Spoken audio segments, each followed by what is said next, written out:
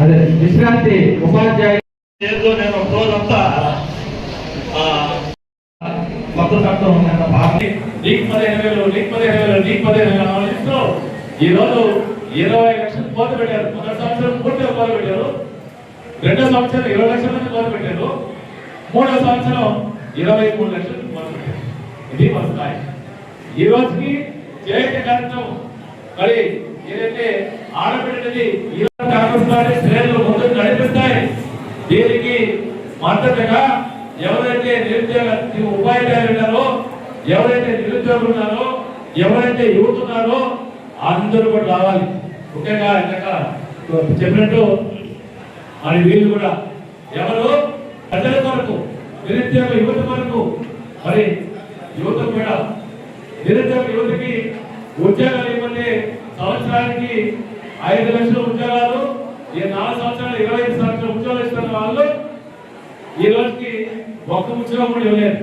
ఈ జరిగిన ఈ 2,500 ఉద్యోగాలు కూడా అవకాశం. కాబట్టి వాళ్ళకి ఉద్యోగాలు లేకపోతే నెలకి 3,000 రూపాయలు, నెలకి 3,000 రూపాయలు నిరుద్యోగ భృతి ఇస్తున్నారు. దానికి కూడా సమాధానం లేదు.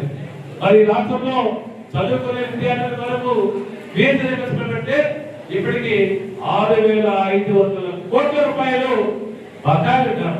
అందుకనే స్కూల్లో పోతే, కాలేజీలో పోతే వాళ్ళు విద్యార్థుల యొక్క చదువు పూర్తయినా కూడా సర్టిఫికెట్లు ఇవ్వదు. మరి ఎవరో ఉన్న వాళ్ళు మాత్రం సొంత డబ్బు కట్టి తెచ్చుకుంటున్నారు, కానీ మిగతా వాళ్ళు సర్టిఫికెట్లు ఎవరు ఇవ్వడం తెలియదు.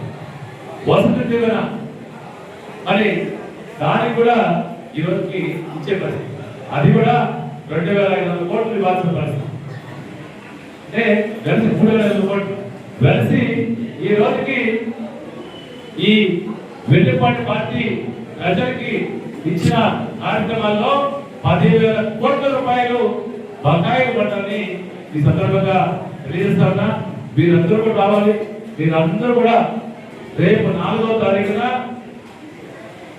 తారీఖున మరి నాయుడుపేట పట్టణంలో పాత బస్టాండ్ ప్రాంతంలో మరి నిరసన కార్యక్రమం ఉంటుంది.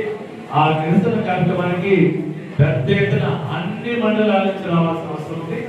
అన్ని మండలాలు ఉంటాం, మనమందరూ మిగతా కనుక్కుంటాం. విద్యార్థులు వస్తారు, యువత వస్తారు. ముఖ్యంగా నీ కమిటీలు వేసాం. కమిటీలు వేస్తే మన నియోజకవర్గంలో కూడా 11,600 మంది మరి కమిటీ సభ్యులుగా చేరారు. అందరూ కూడా కార్యక్రమం రావాలి. అదేవిధంగా 4 రోజులు కార్యక్రమాల్లో మండలం పిలుస్తాం. ఏ మండలాలు ఎప్పుడెప్పుడు రావాల్సి అంటాం. ఆ ప్రాంతంలో ఆ 3 రోజులు కూడా వచ్చి మళ్ళీ 10వ తారీఖున మెగా ర్యాలీని అందరూ కూడా హాజరవ్వాలి, విజయవంతం చేయాలి. ఈ ప్రభుత్వం గడుల వచ్చి నిరుద్యోగులకి న్యాయం చేకూరే వరకు వైఎస్ఆర్ కాంగ్రెస్ పార్టీ అనేక పోరాటాలు చేస్తుంది. మనం చేశాం, ప్రతి పోరాటంలో సక్సెస్ అయ్యాం. దీంట్లో కూడా మరి అక్రమాలని సిబిఐ ఎంక్వైరీ అడుగుతున్నాం. సిబిఐ ఎంక్వైరీ చేయాల్సిందే, లోకేష్ గారు రాజీనామా చేయాల్సిందే. ఎందుకంటే మనం పోరాటం చేస్తే లోకేష్ గారికి ఏమాత్రం సిగ్గుకోలేదు. లోకేష్ గారికి మరి ఏమాత్రం ప్రజలకు నమ్మకం లేదు, ఈ రాజ్యాంగం నమ్మకం లేదు. కాబట్టి మనం పోరాటం చేస్తేనే కళ్ళు తెచ్చి రాజీనామా చేస్తాడేమో చూడాల్సిన అవసరం ఉంది.